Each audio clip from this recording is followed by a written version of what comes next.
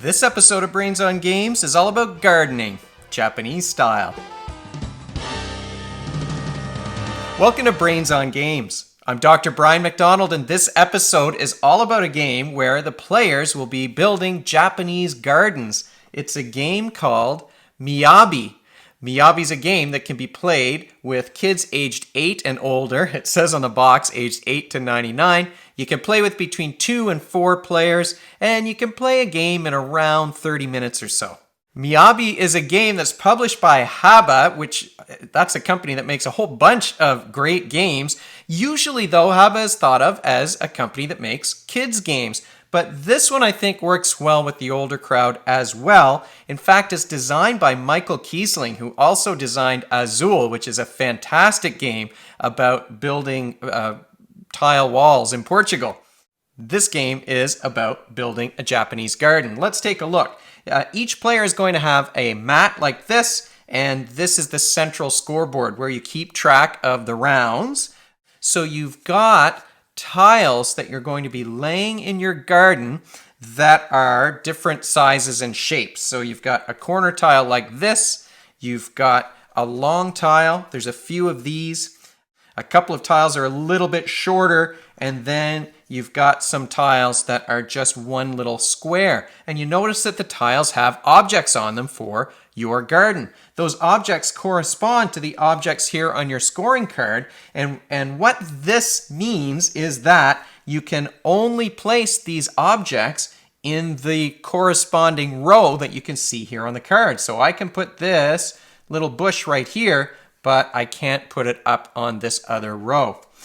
Some of the pieces, as you saw, do have some empty spots on them, and the empty spaces can go anywhere as long as they stay on the board. You can't lean those empty pieces off the board, but the actual feature of the garden has to go in the correct row.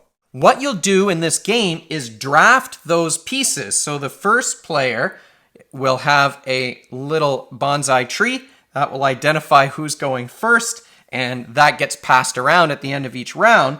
And that first player will get first choice of the object that they want to put in their garden.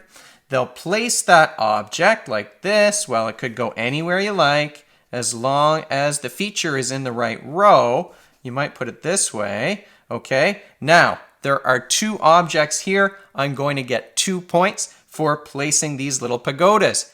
Each round, you can score each column only once, and that's what these little wooden lanterns are for, to identify that, okay, I've already scored this column. I've got 2 points for these pagodas. I'll move my score counter up 2.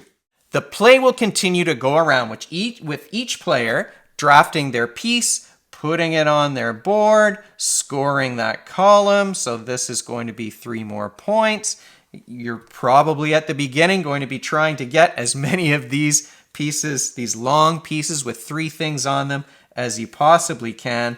And you can put things on here like that, and you'll continue to move your scoring counter along.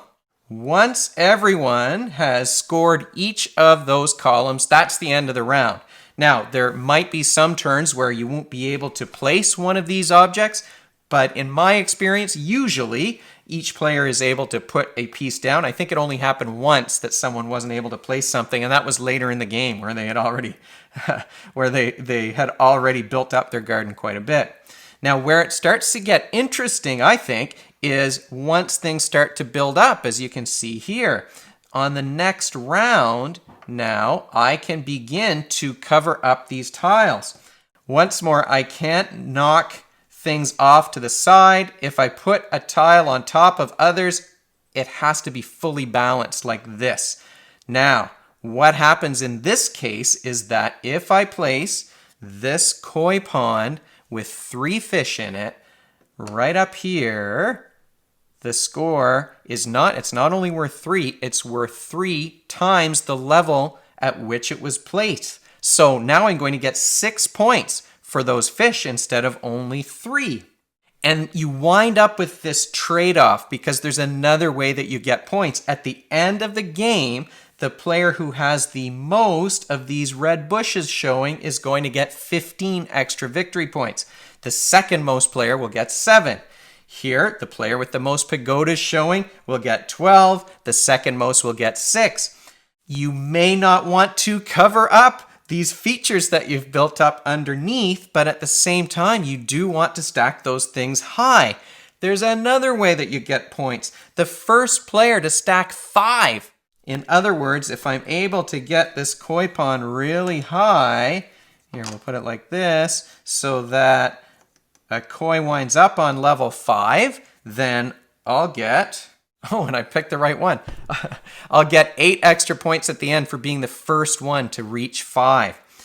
And that's the way the last time I played this game with the kids, I was trying to get as many of those level 5 stacks as I could, and I did manage to get 2 or 3.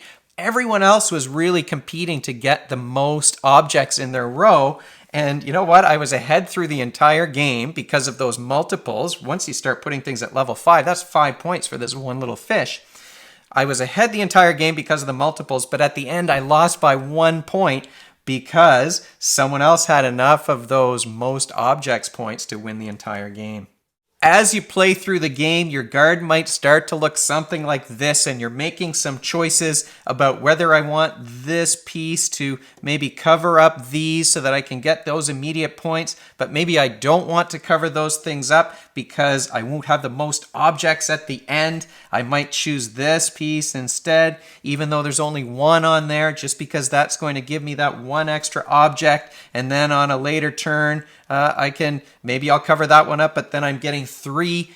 It's a visual spatial exercise where you're trying to plan out where you're going to put these little Tetris pieces on your board to maximize your points. And then you're thinking ahead about how you'll score the most points, whether you're going to be going for those level 5 stacks or you're going to be going for the most objects. There's lots of working memory exercise that's going on here, both when you're doing that mental math of multiplying 3 times 2 or 3 or 4 or 5, or you're calculating out how you're going to maximize those points and whether it's going to be best for you to choose a certain piece on a lower level in order to spread things out, or to add something up a little bit higher like this that's going to give you the most objects at the end.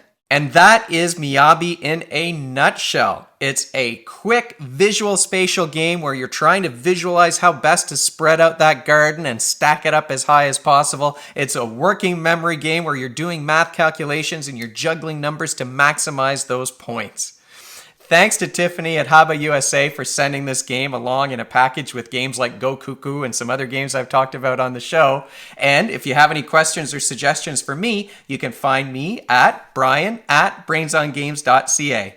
Brainsongames.ca is the website. That's where previous episodes are posted, and future episodes will go up there too. Brains on Games is the Twitter handle and the Facebook page and the Instagram feed, so we're all over the place. And if you enjoyed this video and you'd like to be notified of future ones, you can head on over to YouTube and click that subscribe button. Thanks for joining me, and hopefully I'll see you next time.